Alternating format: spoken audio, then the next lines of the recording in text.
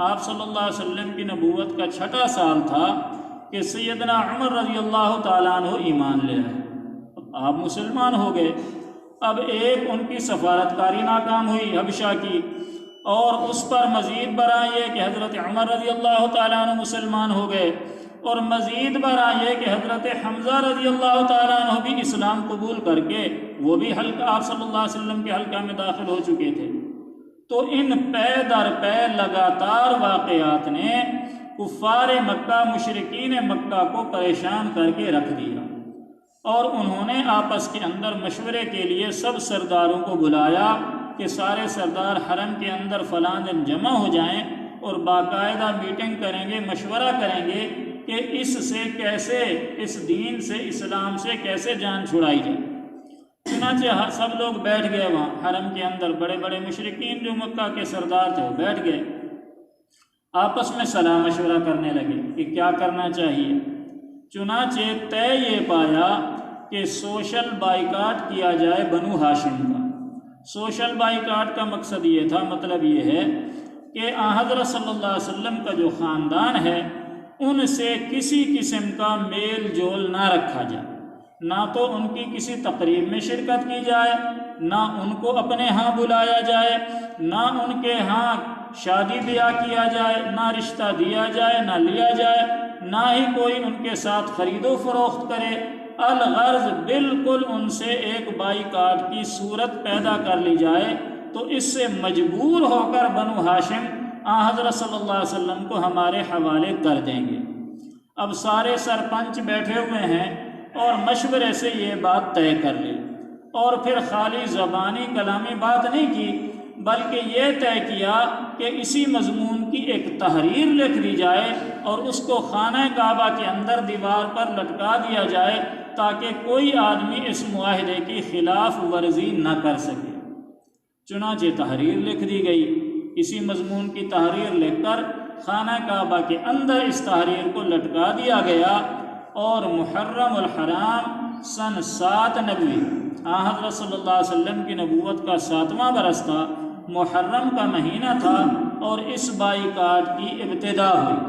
اور اس کے اندر طے یہ ہوا تھا کہ جو بنو ہاشم ہیں وہ سب کے سب اس کے اندر شامل ہوں گے، چاہے وہ مسلمان ہیں چاہے وہ کافر ہیں۔ بنو ہاشم سے کیا مراد ہے؟ حضرت صلی اللہ علیہ وسلم کے والد کا نام عبداللہ ہے، اور آپ کے دادا کا نام عبد المطلب ہے، اور آپ کے پردادا کا نام ہاشم تھا، یعنی جو آپ کے پردادا ہیں ہاشم، ان کی آگے جتنی بھی اولاد ہے، جتنے قوم قبیلے بنتے ہیں، خاندان پھیل جاتا ہے، تو آگے جتنا بھی قوم ہے، جتنا بھی قبیلہ ہے، وہ سارے اس بائیکاٹ کے اندر شامل ہوں گے، ان سے کسی قسم کا لین دین تعلق نہیں رکھا جائے گا بنو ہاشم کے خاندان سے۔ اس کے اندر عبد المطلب کا خاندان بھی خود بخود آ گیا، اور عبد المطلب کے بھائی اور آگے ان کی اولاد، ہاشم کے مزید بیٹے اور بیٹیاں، تو یہ بہت بڑا خاندان بن گیا۔ تو ان سب کا بائیکاٹ انہوں نے شروع کر دیا محرم سن 7 نبوی۔ صرف ایک ابو لہب تھا، وہ اس بائیکاٹ میں شامل نہیں ہوا، وہ باہر رہا، یعنی مشرکین کے ساتھ، باقی چاہے مسلمان تھے اور چاہے مشرک اور کافر تھے، سب ہی بائیکاٹ کے اندر شامل تھے، ان سب سے میل جول لین دین منع تھا۔ چنانچہ یہ حضرت ابو طالب سیدنا علی المرتضیٰ رضی اللہ عنہ کے والد، انہوں نے اپنے سارے خاندان کو لیا اور پہاڑوں کے درمیان میں جو گھاٹی جس کو شعب ابی طالب کے نام سے جو مشہور ہے،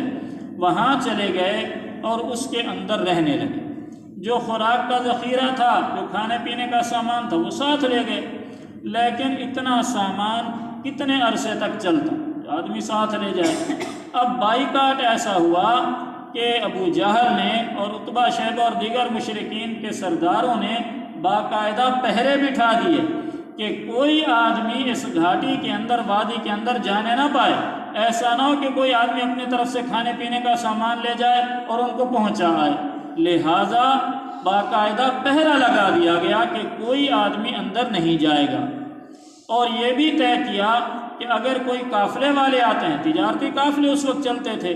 آج کل کی طرح مارکیٹیں اور دکانیں تو ہوتی نہیں تھیں، بلکہ 6 مہینے بعد 4 مہینے بعد قافلے آتے تھے اونٹوں کے، اس کے اوپر سامان لدا ہوتا تھا، ہر قسم کا سامان، اور مختلف علاقوں کے اندر وہ پھرتے تھے قافلے اور وہ ساز و سامان بیچتے تھے۔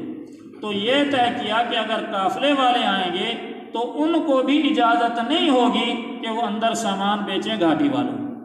تو ابو لہب باقاعدہ چکر لگاتا تھا، ایک قافلہ آیا بھی تو اس نے کہا کہ آپ کو اندر سامان دینے کی اجازت نہیں ہے۔ انہوں نے کہا ہمارا نقصان کون بھرے گا، ہم تو آئے اسی غرض سے ہیں کہ اپنا مال اسباب بیچیں گے، ہم تو روزی کے لیے آئے ہیں، اگر ہم بیچیں گے نہیں اور اندر جو گھاٹی کے اندر لوگ ہیں وہ 1-2 تو ہیں نہیں، وہ تو کافی تعداد میں ہیں اور وہ خریدنا بھی چاہتے ہیں، ان کو ضرورت بھی ہے، اگر آپ روکتے ہیں اور ہم انہیں نہیں بیچتے تو ہمارا نقصان کون بھرے گا؟ ابو لہب نے کہا آپ کا نقصان میرے ذمہ ہے، میں بھروں گا، آپ نے اندر کوئی چیز نہیں دینی گھاٹی وادی کے اندر۔ چنانچہ قافلے والے بھی چلے گئے۔ الغرض یہ سلسلہ چلتا رہا، اور اس دوران جو حالات مشکلات اہل ایمان پر پیش آئیں وہ صرف وہی جانتے ہیں۔ ہم آپ پڑھ تو سکتے ہیں، سن بھی سکتے ہیں، لیکن اس کو محسوس نہیں کر سکتے۔ ہم جتنا بھی چاہیں وہ محسوس نہیں کیا جا سکتا، اس لیے کہ جس پر بیت رہی ہوتی ہے اسی کو پتہ ہوتا ہے کہ اس پر کیا بیت رہی۔ اور خود عورتوں کا بیان ہے، خواتین کہتی ہیں کہ ہمیں اپنی تو بھوک کی پریشانی تھی ہی تھی، لیکن ہمارے ہاں دودھ بھی ختم ہو گیا اور ہمیں اپنی جان سے زیادہ بچوں کی پریشانی تھی۔ وہ بچے چیختے تھے، بلکتے تھے دودھ کی وجہ سے، خوراک کی وجہ سے، اور باہر کفار تالیاں بجاتے تھے، ہنستے تھے ان بچوں کی چیخوں پر، ان کے رونے پیٹنے پر۔ الغرض کھانے پینے کا سامان کوئی نہیں رہا۔ حضرت سعد بن ابی وقاص رضی اللہ تعالیٰ عنہ کہتے ہیں کہ ایک مرتبہ رات کا وقت تھا، میں باہر تقاضے کے لیے گیا، پیشاب کے لیے جا رہا تھا، تو راستے کے اندر میرے پاؤں کے نیچے کوئی گیلی سی چیز محسوس ہوئی، تر چیز، تو میں نے اس کو اٹھایا اور بغیر تحقیق کیے اس کو نگل لیا۔ یعنی یہ حالت کب پیدا ہوتی ہے آدمی خود سوچ سکتا ہے کہ کتنے دن کی بھوک یا پیاس ہوگی۔ اور پھر اپنا دوسرا واقعہ سناتے ہیں کہ میں جا رہا تھا، مجھے محسوس ہوا کہ کوئی سخت چیز ہے پاؤں کے نیچے، اس کو اٹھایا اور اس کو صاف کیا تو پتہ چلا کہ یہ کوئی اونٹ کا چمڑا ہے، کسی جانور کا چمڑا تھا، خشک سوکھا ہوا پڑا تھا، چمڑے کا ٹکڑا ہے۔ تو اس کو میں نے صاف کیا اور اس کو جلایا۔ جلانے کا مطلب یہ ہے کہ اوپر جو بال ہیں وہ جل گئے، یہ نہیں کہ پورا ٹکڑا ہی جلا کر اس کی راکھ پھانکی، بلکہ اس کو جلایا، جو اس کی گندگی اوپر تھی وہ صاف کی، اور پھر اس ٹکڑے کو کوٹا، چھانا، اور اس صفوف کو میں نے پانی سے اندر گزارا، اور اس سے میں نے 3-4 دن اس سے برداشت کیے بھوک کی۔ تو یہ تو ایک چھوٹی سی مثال ہے، ایسے ہی ان حضرات پر بیتی۔ اور یہ کتنے دن بیتی؟ 1 دن، 2 دن، 3 دن، 4 دن، ہفتہ، 10 دن، مہینہ نہیں، 6 مہینے نہیں، سال نہیں، پورے 3 سال تک یہ مقاطعہ جاری رہا۔ محرم سن 7 نبوی کے اندر شروع ہوا یہ بائیکاٹ، اور پھر سن 7 نبوی، 8 نبوی، 9 نبوی، سن 10 نبوی کے اندر شعبان یا رمضان میں جا کر یہ مقاطعہ یا معاہدہ جو ان کے آپس کے اندر تھا یہ ختم ہوا۔ اور وہ ختم بھی کیسے ہوا کہ خود انہی مشرکین میں سے بعض لوگوں کو ترس آنے لگا کہ یار 1-2 دن ہم نے تو سمجھا تھا شاید 2-4 دن کی بات ہوگی اور یہ لوگ آپ صلی اللہ علیہ وسلم کو ہمارے حوالے کر دیں گے، لیکن ایسا تو ہوا نہیں، اور کوئی صورت ایسی امکان کی نظر بھی نہیں آتی۔ چاہے ہم جتنا بھی یہ مقاطعہ لمبا کر لیں، بائیکاٹ لمبا کر لیں، جو ہم چاہتے ہیں وہ تو نہیں ہوگا۔ یعنی مسلمان آپ صلی اللہ علیہ وسلم کو ہمارے حوالے کر دیں، ایسا تو ہو نہیں سکتا۔ لہٰذا خود ہی کوئی صورت بنانی چاہیے، اس لیے کہ جو اندر ہیں گھاٹی میں وہ بھی تو رشتہ دار ہیں، کسی کا ماموں ہے، کسی کا چچا ہے، کسی کا بھانجا ہے، کسی کا کزن ہے، کسی کی خالہ ہے، کسی کے ممانی ہے، الغرض رشتہ دار ہی تھے سارے کے سارے۔ چنانچہ سب سے پہلے ایک نوجوان جس کا نام ہشام تھا، ہشام بن عمرو، اس کے دل میں یہ بات آئی کہ یہ معاہدہ اور مقاطعہ ختم کرنا چاہیے۔ یہ کیا مسئلہ ہے کہ بھئی ہمارے اپنے رشتہ دار ہیں، وہ بیچارے چھوٹے چھوٹے بچے اندر رو رہے ہیں، بلک رہے ہیں، پریشان ہیں، مرد بھی پریشان، عورتیں بھی پریشان، اور ہم یہاں سیر سپاٹے کر رہے ہیں، کھا پی رہے ہیں، شادیاں بیاہ منا رہے ہیں، تقریبات میں حصہ لے رہے ہیں، تو یہ جو بائیکاٹ ہے اس کو ختم کرنا چاہیے۔ سب سے پہلے ایک نوجوان کھڑا ہوا ہشام بن عمرو، لیکن سوچنے لگا میں اکیلا ہوں، مجھے اپنے ساتھ 2-4 آدمی اور ملا لینے چاہیے۔ چنانچہ اس نے اپنے دوست سے بات کی، دوست کا نام زہیر تھا، زہیر بن ابی امیہ، اور زہیر بن ابی امیہ حضرت صلی اللہ علیہ وسلم کے پھوپھی زاد بھائی تھے، حضرت عاتقہ کے بیٹے تھے۔ حضرت عاتقہ حضرت عبد المطلب کی بیٹی تھی، تو عبد المطلب کے نواسے تھے، عاتقہ کے بیٹے تھے، اس لحاظ سے آپ صلی اللہ علیہ وسلم کے پھوپھی زاد بھائی ہوئے۔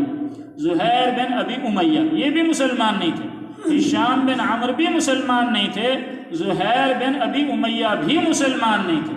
ان دونوں نے آپس میں صلاح کی کہ کس طرح اس بائیکاٹ کو ختم کیا جائے، تو دونوں نے سوچا کہ 2 بندے ہیں، بندے 2-4 اور ساتھ ملا لیں۔ چنانچہ ایک اور نوجوان سے بات کی، اس کا نام زمعہ تھا، زمعہ بن اسود، 3 ہو گئے۔ چوتھے بندے سے بات کی، ابو البختری، 4 ہو گئے۔ 5واں ملا کہ چلو 5 ساتھی ساتھ ہو جائیں، تو مطعم بن عدی 5واں آدمی تھا۔ 5ویں آدمی کو ساتھ ملایا، اور ان 5 میں سے 3 کا ایمان لانا فتح مکہ پر، یہ تو ثابت ہے، یعنی جو میں نے تلاش کیا، ہو سکتا ہے باقی 2 بھی ہو گئے ہوں مسلمان۔ زہیر بن ابی امیہ یہ بھی بعد میں مسلمان ہو گئے تھے، اور ابتداء کرنے والا ہشام بن عمرو وہ بھی مسلمان ہو گیا تھا، اور ابو البختری یہ بھی مسلمان ہو گئے تھے۔ باقی مطعم بن عدی اور زمعہ بن اسود، اس کے بارے میں مجھے نہیں ملا، تحقیق تو میں کرتا رہا، پتہ نہیں اب مسلمان ہوئے یا نہیں ہوئے۔ 3 تو بہرحال فتح مکہ کے موقع پر ان 5 میں سے 3 مسلمان ہو گئے تھے۔ اب ان 5 آدمیوں نے صلاح کی کہ بات کو شروع کیسے کریں، تو کہنے لگے کہ فلاں دن جو ہے ان سرداروں کا کٹ ہوتا ہے، حرم کے اندر بیٹھتے ہیں سارے سرپنچ جو بڑے بڑے سردار ہیں وہ حرم میں بیٹھتے ہیں آپس میں بات چیت کے لیے، نیا پنچایت فیصلوں کے لیے۔ تو جب یہ سارے اکٹھے ہوں گے تو وہاں جا کر بات شروع کریں گے۔ زہیر بن ابی امیہ نے کہا کہ بات سٹارٹ میں کروں گا، اس لیے کہ میں آپ صلی اللہ علیہ وسلم کا قریبی رشتہ دار ہوں، آپ کا پھوپھی زاد بھائی ہوں، شروع میں کروں گا، پھر سارے میرا ساتھ دینا۔ تو طے کر لیا، پوری میٹنگ طے ہو گئی ان 5 کی کہ فلاں دن جو وہاں بیٹھیں گے سرپنچ، تو ہم بھی وہاں منتشر ہو کر بیٹھ جائیں گے، ایک بندہ مجمع میں ادھر بیٹھے گا، ایک ادھر بیٹھے گا، ایک ادھر بیٹھے گا، اکٹھے نہیں بیٹھیں گے تاکہ ان کو شک نہ ہو۔ چنانچہ مقررہ دن یہ پہنچ گئے وہاں اور سارے بیٹھ گئے، تھوڑی دیر بات چیت چلتی رہی، ابو جہل اور ابو لہب اور دوسرے ان کے سردار آپس میں جو ان کے فیصلے تھے وہ کرتے رہے۔ اتنے میں جب تھوڑی دیر موقع دیکھا زہیر بن ابی امیہ نے، یہ کھڑے ہو گئے کہ جی سرداروں سرپنچوں ایک بات کرنی ہے۔ ہاں بھئی کیا بات کرنی ہے؟ کہ بات یہ ہے کہ جو جن کا بائیکاٹ ہم نے کیا ہوا ہے، جو شعب ابی طالب کے اندر ہیں اور وہ کافی تعداد میں ہیں، ٹھیک ہے وہ ایمان قبول کر لیا انہوں نے، لیکن ہیں تو اپنے رشتہ دار، کسی کا ماموں ہے، کسی کا خالو ہے، کسی کا چچا ہے، کسی کا کزن ہے، ہیں تو اپنے رشتہ دار۔ اب 3 سال ہونے والے ہیں، وہ بھوک پیاس سے پریشان ہیں، اس لیے میں یہ چاہتا ہوں کہ اس بائیکاٹ کو ختم کر دیا جائے، جو وہ مقاطعہ لکھ کر اندر لگایا ہوا ہے اس کے اندر، خانہ کعبہ کے اندر، اس کو اتار کے پھینک دیا جائے یا پھاڑ دیا جائے۔ اب یہ بات زہیر بن ابی امیہ نے کی کھڑے ہو کر بڑی ترتیب سے۔ اتنے میں ہشام بن عمرو کھڑے ہوئے اور کہنے لگے ہاں جی میں بھی یہی چاہتا ہوں کہ یہ مقاطعہ ختم کیا جائے۔ ادھر سے ابو البختری کھڑے ہوئے کہ جی میں تو پہلے ہی دن سے مخالف تھا، یہ ہونا ہی نہیں چاہیے۔ ادھر سے زمعہ بن اسود کھڑے ہوئے، کہنے لگے ہاں جی اس کو ختم کرو۔ ادھر سے مطعم بن عدی کھڑے ہوئے کہ ہاں جی اس مقاطعے کو ختم کریں، ہم اس کو نہیں مانتے۔ اب یہ 5 تھے، ان کے ساتھ اور بھی مل گئے۔ جب مجمع میں 4-5 آدمی ایک بات کرتے ہیں تو ان کے ہم نوا دوسرے بھی ساتھ ہو جاتے ہیں۔ جب یہ بات کچھ بڑھنے لگی تو ابو جہل، عرب تھے بڑے سیانے، ابو جہل نے کہا بیٹھ جاؤ تم 5 نوجوان۔ بیٹھ گئے۔ بھئی سیدھی بات بتاؤ، یہ بات ابھی تم نہیں کر رہے، یہ تمہاری میٹنگ ہوئی ہے اور تم یہ فیصلہ کر کے آئے ہو کہ ایسے جا کر بات کرنی ہے، یہ ابھی کی بات نہیں لگتی تازہ کہ ایک بولا ہے پھر دوسرا بولا ہے پھر تیسرا بولا ہے، یہ تمہاری پہلے سے پلاننگ شدہ بات ہے۔ تو انہوں نے کہا کہ بھائی بھلے پلاننگ شدہ ہو یا ابھی تازہ ہو، لیکن ہم یہ معاہدہ ختم کریں گے۔ یہ باتیں ہو رہی تھیں۔ ادھر سے حضرت صلی اللہ علیہ وسلم نے اپنے چچا ابو طالب سے کہا کہ چچا جان اللہ تعالیٰ نے مجھے بتایا ہے کہ وہ جو مکاتا اندر خانہ کعبہ میں لٹکایا ہوا ہے اس کو دیمک نے چاٹ لیا ہے، وہ ختم ہو گئی۔ صرف اوپر جو بسم اللہ لکھا تھا، بسم اللہ کی جگہ لکھتے تھے بسم کا اللہم، وہ تو باقی ہے، باقی ساری تحریر ختم ہو گئی ہے، آپ جا کر ان کو کہہ دیں۔ چنانچہ اسی موقع پر ابھی یہ سارے پنچایت ہو رہی تھی اور یہ باتیں ابھی جوبن میں تھیں کہ ابو طالب آئے باہر سے اندر مجمع میں اور کہنے لگے جی میری بھی ایک بات سن لیں۔ ہاں جی کیا بات کرنی ہے؟ کہ میرے بھتیجے نے آج تک جھوٹ نہیں بولا، آپ بھی گواہ ہیں، کوئی ایسی ایک بات بھی ایسی نہیں ہے جو میرے بھتیجے نے کہی ہو اور جیسے کہی ہے ویسے نہ ہوئی ہو، یہ آپ بھی مانتے ہیں ہم بھی مانتے، تو سب مانتے تھے کہ آپ صلی اللہ علیہ وسلم کی بات کبھی خلاف واقعہ ہوئی نہیں۔ تو ابو طالب کہنے لگے کہ میرے بھتیجے نے مجھے یہ بتایا ہے کہ خانہ کعبہ کے اندر جو وہ تحریر لٹکائی تھی وہ ساری تحریر ختم ہو گئی ہے، صرف اللہ کا نام باقی ہے، باقی ساری تحریر کو دیمک نے، کیڑوں نے کھا لیا ہے۔ تو اب یہ جو 5 نوجوان تھے انہوں نے کہا جی ٹھیک ہے اندر جا کے دیکھو تحریر ہے یا نہیں ہے، یقین تھا بھی وہ تو نہیں ہوگی۔ چنانچہ ابو جہل، ابو لہب اور دیگر جو ان کے سردار تھے انہوں نے بھی کہا ٹھیک ہے اندر جا کر دیکھتے ہیں، اگر تحریر باقی ہے تو